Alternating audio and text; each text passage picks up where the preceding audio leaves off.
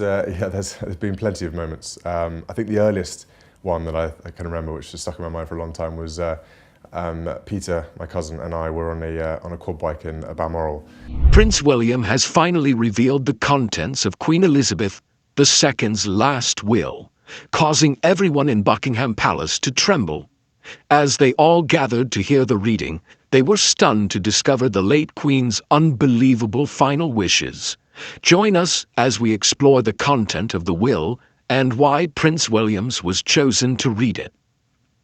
Prince Williams exposes the Queen's last will. The royal family was on edge as Prince William meticulously opened the Queen's will, with the royal household preparing for the startling revelations it held. Her final wishes transcended mere wealth or titles.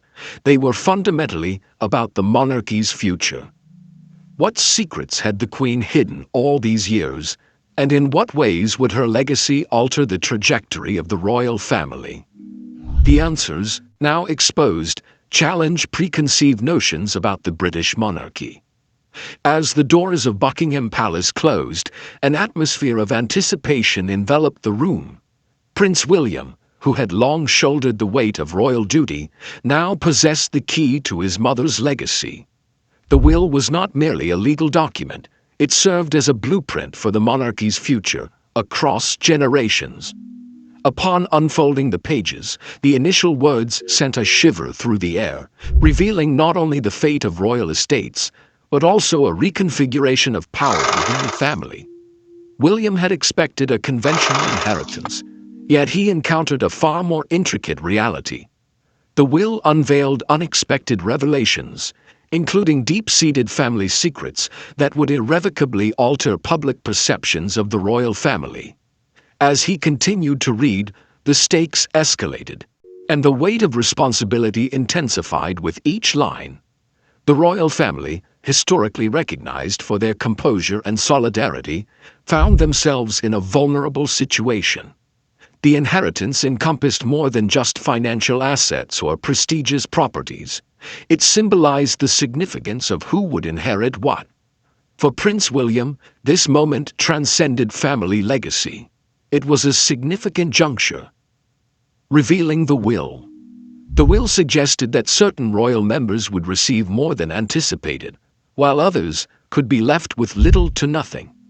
As the world awaited the emergence of details, speculation circulated regarding the implications for the royal lineage. With Prince William perusing the Queen's final wishes, it became evident that transformative changes were imminent, changes that few had anticipated. A remarkable revelation sent shockwaves through Buckingham Palace. The will stipulated that certain royal properties, traditionally expected to remain within the family, might instead be designated for the crown. Contrary to popular belief, Buckingham Palace was not under the Queen's personal jurisdiction, but was classified as part of the Crown estate. This singular decision held the potential to upend royal customs that had endured for centuries. Prince William found himself grappling with the ramifications of this development on his future role as monarch and the responsibilities of his descendants. Beyond the properties, further revelations awaited. The Queen's financial legacy, long hidden, was now exposed. Her wealth stemmed not solely from royal duties, but also from investments, art, and personal ventures. Her fortune was substantial, yet its distribution had remained cloaked in secrecy until this moment. As the will continued to unfold, it became apparent that certain family members would inherit private treasures, items imbued with sentimental significance that transcended their monetary value. These revelations not only astonished the family, but also prompted inquiries regarding the impact of these treasures on their future. With each passing moment, it became increasingly clear that Prince William's role within the monarchy would be irrevocably altered following this reading. The stipulations of the inheritance would dictate the governance of the royal estates, the distribution of iconic jewelry, and the continuation of the Queen's legacy during major moments. William recognized the significance of the choices that lay before him. The monarchy's future, for better or worse, had been irrevocably altered by the Queen's final proof. As Buckingham Palace quaked under the weight of these revelations, the world prepared for the impending transformations. Among the unexpected legacies left by the Queen was her renowned wealth, yet the will unveiled that the true treasures she bequeathed extended beyond royal properties and immense fortunes.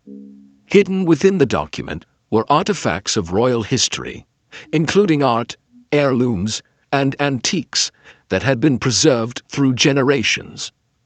One notable asset was Balmoral Castle, her retreat in the Scottish Highlands, which had long been regarded as the Queen's private haven. As Prince William continued to read, he came to understand that Balmoral would not be solely inherited by one royal family member, but could be shared among several, a decision that sparked intrigue and stirred tensions within the royal household. The inheritance proved to be far more intricate than anyone had anticipated, forming a multifaceted legacy. The art collection represented an unforeseen aspect of the Queen's private collection, which featured works by illustrious artists such as Rembrandt and Vermeer. These artworks were not included in the Crown's royal collection. Rather, they were private treasures accumulated over many years. The will specified particular family members designated to inherit these valuable pieces, with some selections proving to be quite surprising.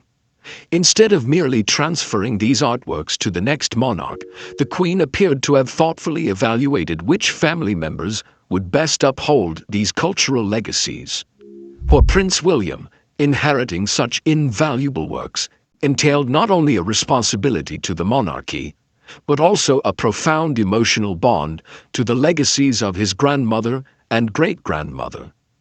A particularly striking moment occurred with the unveiling of the Queen's jewelry collection, which contained not just any jewels, but heirlooms of significant historical importance. The renowned Vladimir tiara, for instance, boasted a rich history and was cherished by royal enthusiasts. The question arose as to whether Prince William would inherit these jewels, or if they would be passed on to his wife, Catherine. The situation was more intricate than anticipated. Some pieces were indeed to be entrusted to Camilla, who had already begun her journey as the future Queen consort, while other items, deeply connected to the Queen's personal history, would remain within the family, poised to be handed down to the next generation of royals. This strategic distribution exemplified a clear vision for the future of the monarchy, revealing not only personal treasures, but also other assets that had previously remained concealed from public scrutiny. Queen Elizabeth's rare books, family manuscripts, and various heirlooms narrated the tale of her royal heritage. These items transcended mere physical possessions. They served as symbols of her profound connection to the monarchy's extensive history. Who will inherit the Queen's legacy? Speculation flourished regarding the division of these treasures, with some destined to remain within the royal vaults, while others would be passed down to her children and grandchildren. The Queen had taken measures to ensure the preservation of her legacy.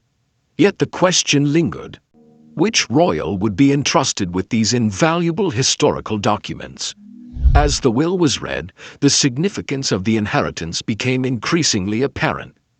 Queen Elizabeth bequeathed not only substantial wealth, but also a meticulously curated collection of items imbued with immense cultural, historical, and emotional significance. These were not merely family heirlooms. They represented fragments of a monarchy that had withstood the test of time for over a millennium. Each item showcases narratives of tradition, power, and duty, placing the responsibility of carrying these legacies forward upon her heirs. While King Charles was set to inherit the crown, the distribution of the remaining assets raised questions about who would receive what.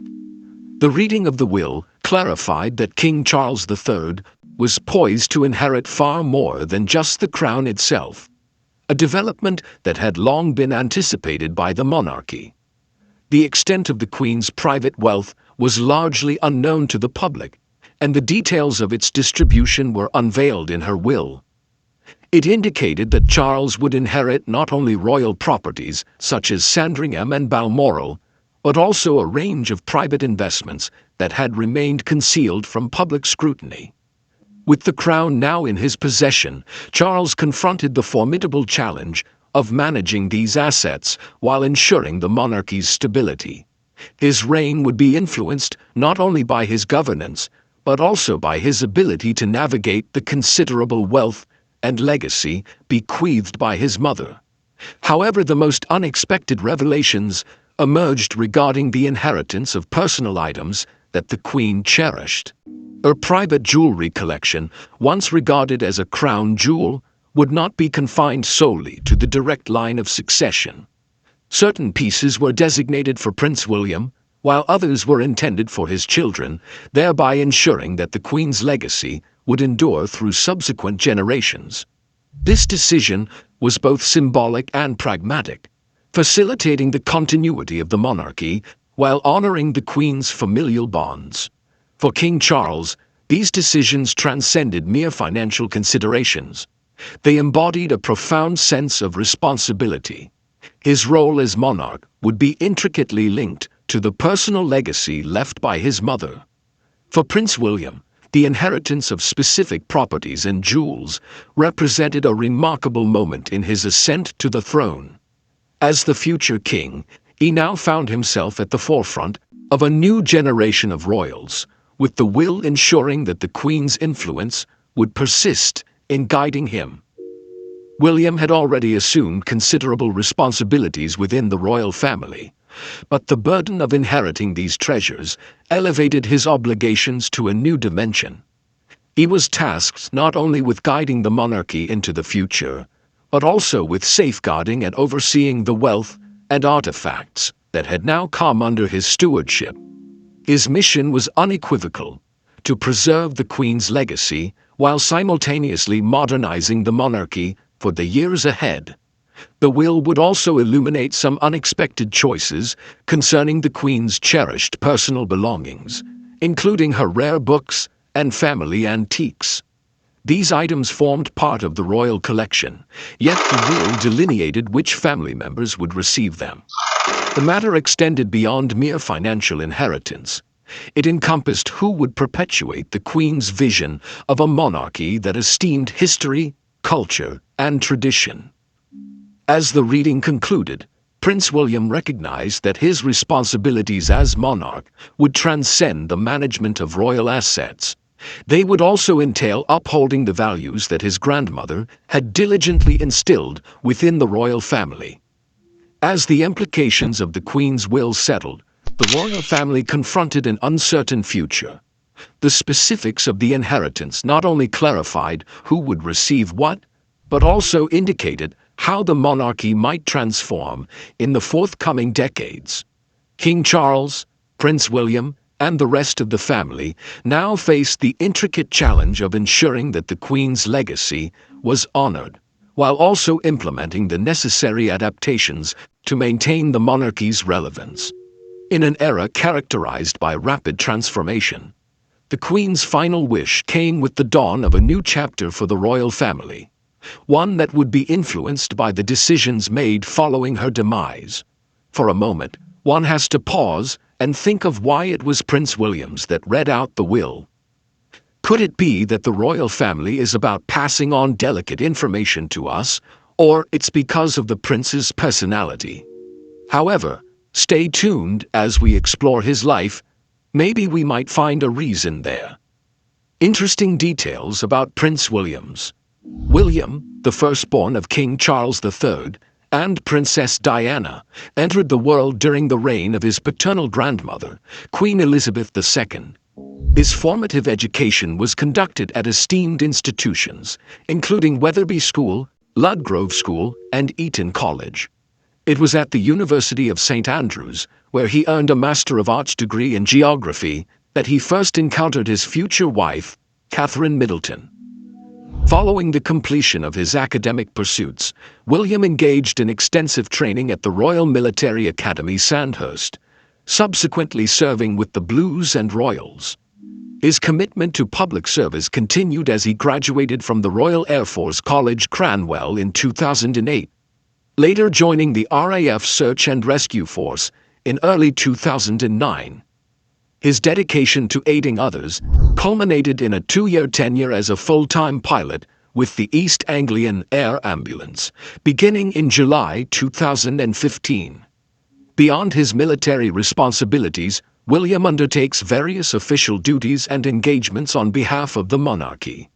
He is actively involved with numerous charitable and military organizations, such as the Tusk Trust, Centrepoint, The Passage, Wales Air Ambulance, and London's Air Ambulance Charity. Through the Royal Foundation, he prioritizes initiatives related to mental health, conservation, homelessness, and the welfare of emergency service personnel. In a notable advancement towards environmental sustainability, William established the Earthshot Prize in 2020, a £50 million initiative designed to foster innovative solutions for global challenges over the forthcoming decade. Acknowledging his contributions and obligations, William was conferred the title of Duke of Cambridge shortly before his marriage to Catherine Middleton in April 2011. Following his father's accession to the throne on September 8, 2022, he also assumed the titles of Duke of Cornwall and Duke of Rothesay, and was formally granted the title of Prince of Wales the following day. Let us take a moment to reflect on his accomplishments across various roles. Role as the Duke of Cambridge.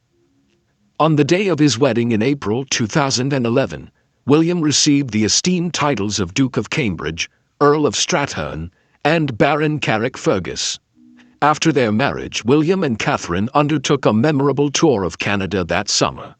Esteemed journalist Nicholas Witchell from BBC News lauded the Canadian tour as an unqualified success for the couple, emphasizing their enthusiastic engagement in diverse activities such as tree planting and street hockey. Their authentic warmth and considerate actions not only won the hearts of the Canadian populace, but also enhanced their popularity and cultivated positive sentiments towards the monarchy in Canada. The couple continued their representative duties by serving the royal family during the 2012 Summer Olympics in London, where they attended various sporting events and engaged with athletes and spectators. In September 2013, William and Catherine embarked on an extensive tour to Singapore, Malaysia, Tuvalu, and the Solomon Islands to celebrate the Queen's Diamond Jubilee. In October of that year, William officiated his first investiture ceremony at Buckingham Palace, signifying a significant moment in his royal responsibilities. The following April, he and Catherine embarked on a royal tour of New Zealand and Australia, accompanied by their charming son George, who endeared them to audiences with their warmth and poise. In August, the couple, together with Prince Harry, solemnly represented the royal family during the First World War commemorations in Belgium, honoring the sacrifices of fallen soldiers. In December, they undertook a diplomatic mission to New York and Washington, D.C., where William delivered a compelling address at the World Bank, denouncing the illegal wildlife trade and demonstrating their commitment to pressing global challenges.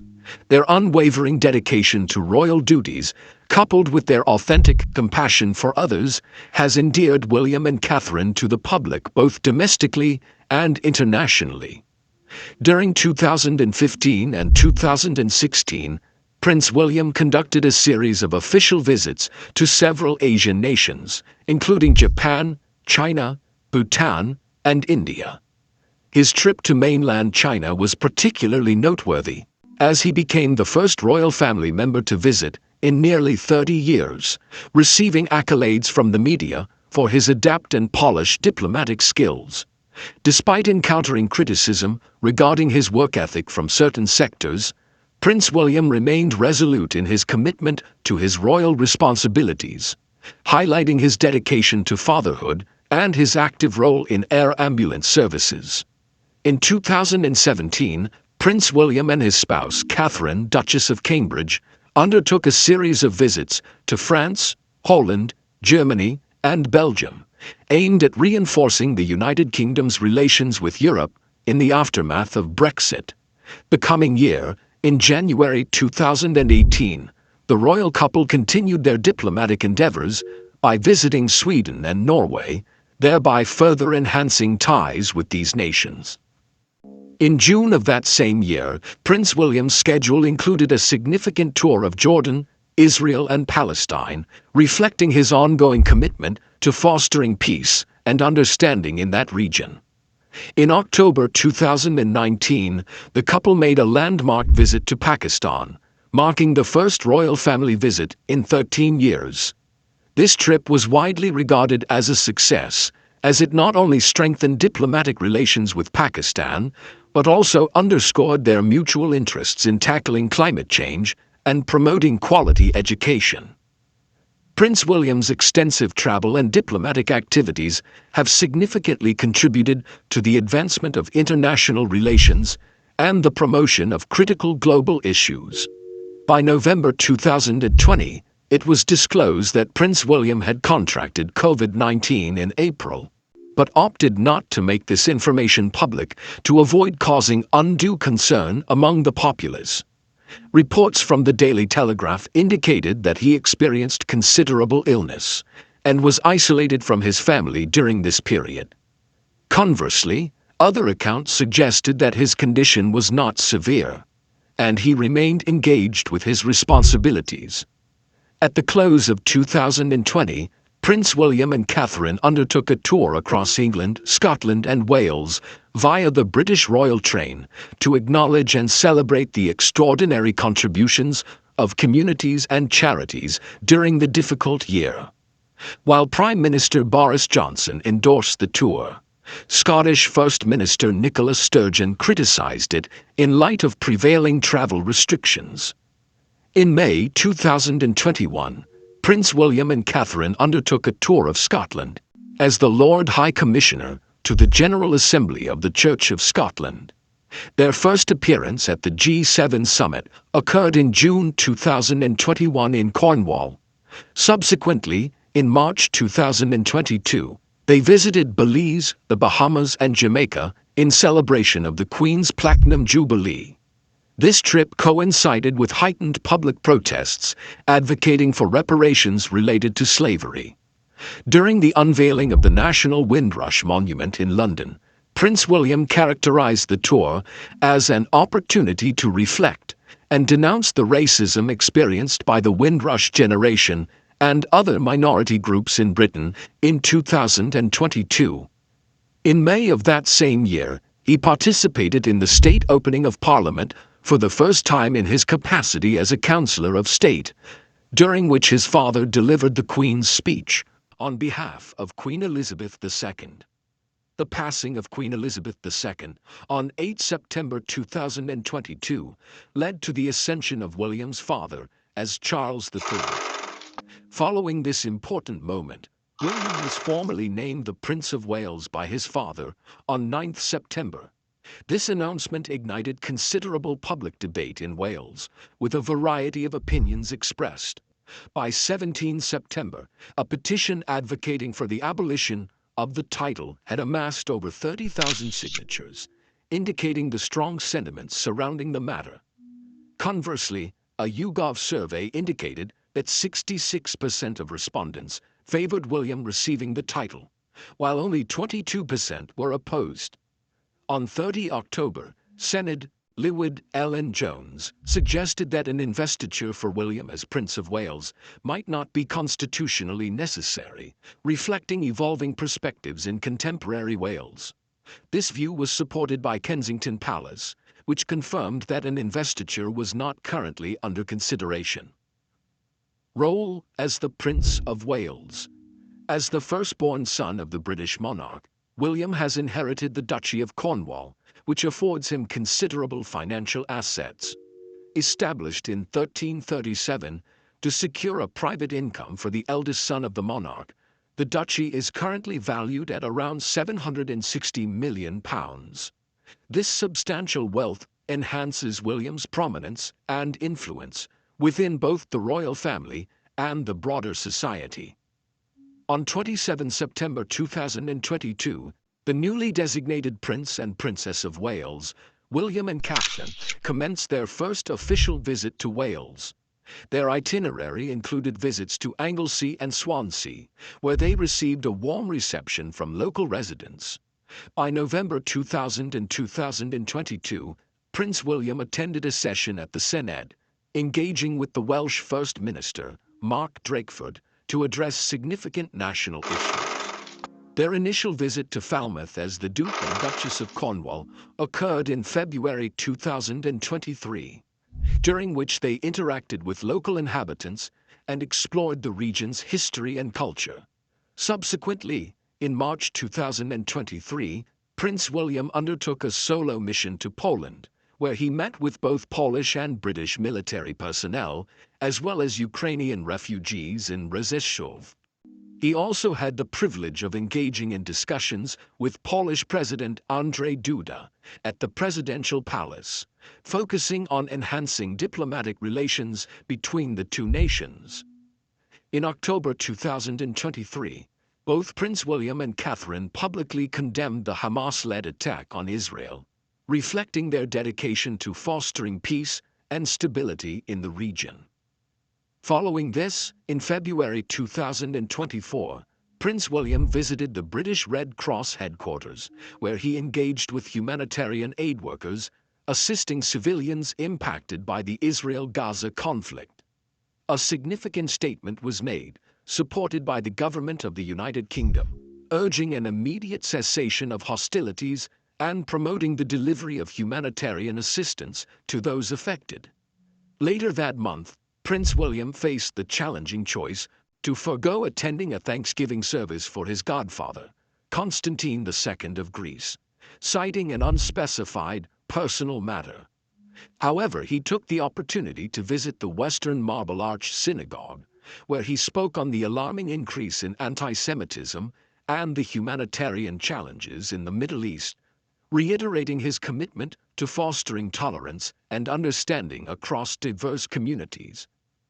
After this time, Prince William has done a couple of things we might not mention at the moment.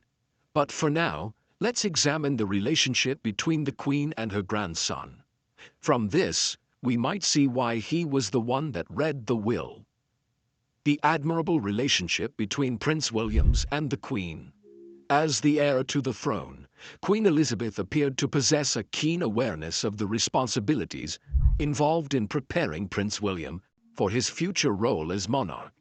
However, there were instances when it seemed she wished to express her frustration, akin to a parent wanting to send unruly children away.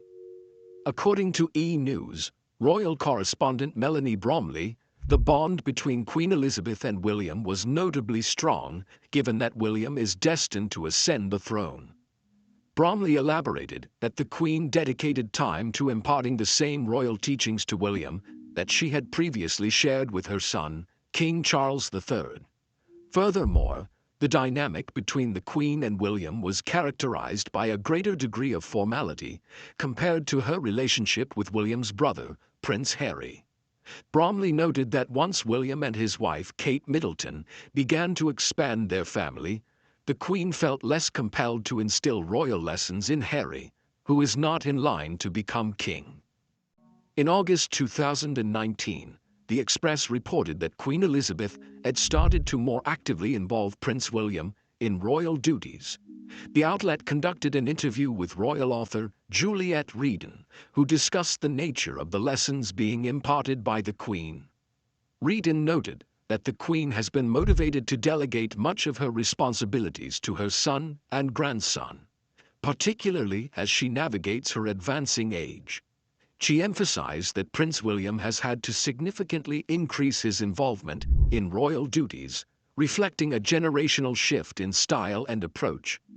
The Queen appreciates the notion that each generation can adopt its own methods, suggesting that uniformity is unnecessary. This evolution in their relationship has fostered a dynamic where the Queen and William interact not only as family, but also as mentor and mentee, and at times as colleagues. British historian Robert Lacey remarked in a 2017 Vogue article that there is much for William to absorb in preparation for his future role as king. He recounted how the Queen began this educational process when William was still a teenager, often inviting him to Windsor Castle to review state documents together, thereby providing him with a foundational understanding of his constitutional responsibilities. Meanwhile, tensions have arisen between Prince William and Prince Harry, reportedly stemming from Harry's relationship with Meghan Markle. According to Cosmopolitan, the rift began during Christmas 2018, when Harry expressed concerns to William about the need for a warmer welcome for Markle during family gatherings. This discord has since escalated, leading to a significant deterioration in the relationship between the Prince and Princess of Wales and the Duke and Duchess of Sussex, who had previously collaborated closely on various charitable endeavors. The Sussexes began to distance themselves from the Prince and Princess of Wales, who are their siblings. It is acknowledged that there are both favorable and unfavorable days in their relationships. While some royal insiders have suggested that Queen Elizabeth preferred to remain uninvolved in the affairs of her family members, others assert that she played a significant role in the decision for the brothers to establish separate households and charitable endeavors. It is also worthy to note that the Queen has been a huge supporter of Prince William and his spouse. For instance, Prince William and Kate Middleton's relationship commenced during their college years, and the royal family recognized the necessity of safeguarding Middleton, particularly as she became more aware of her position within the royal framework. As one royal aide conveyed to author Katie Nicholl, who documented this in her book Kate the Future Queen, those employed at the palace were introduced to Prince William's future wife early in their courtship. The aide recounted that William emphasized their obligation to care for her and her family, advising her on how to navigate media attention. They encouraged her to smile for photographers, to ensure more favorable images, and provided guidance on managing potential media crises. Queen Elizabeth was among the first to embrace Middleton as part of the royal family, extending an invitation to Balmoral after the couple had been together for 5 years. This invitation, which included the opportunity for Middleton to photograph the estate and its surroundings, marked a significant departure from royal tradition, illustrating the Queen's efforts to make Middleton feel welcomed and at ease. Royal author Andrew Morton shared insights with OK magazine regarding Queen Elizabeth II's deep satisfaction with Catherine Middleton, Prince William's wife. Morton suggested that to say the Queen was pleased would be an understatement, as her feelings ran much deeper. He pointed out that Queen Elizabeth was acutely aware of the challenges and missteps that had marred the royal family's history, particularly during the challenging relationship between her son, Prince Charles, and Princess Diana. In light of these past experiences, the Queen was determined to approach William and Catherine's relationship with a different mindset. Morton emphasized that Queen Elizabeth recognized the genuine love Catherine had for William, appreciating that she embraced him for who he truly was, rather than for his royal title. This understanding prompted the Queen to invest significantly in their relationship, demonstrating a commitment to ensuring their union was strong and supportive. Morton noted that the Queen dedicated far more time and effort to nurturing the bond between William and Catherine than she had with Charles and Diana. This proactive approach reflected her resolve to avoid repeating the mistakes of the past and to foster a healthier, more stable family dynamic. Moreover, Morton highlighted that few occasions brought Queen Elizabeth as much joy as the wedding of Prince William and Catherine Middleton. He recalled how the Queen displayed a rare, playful demeanor on her grandson's wedding day, a clear indication of her happiness and relief. On that day, she felt a renewed sense of security regarding the future of the royal family as she witnessed the union of two individuals who seemed genuinely committed to one another and to the institution they represented. This sense of optimism marked a significant moment for the Queen, reinforcing her hopes for a brighter future for the monarchy. If you enjoyed this video, like and subscribe, and also click the next video shown on your screen.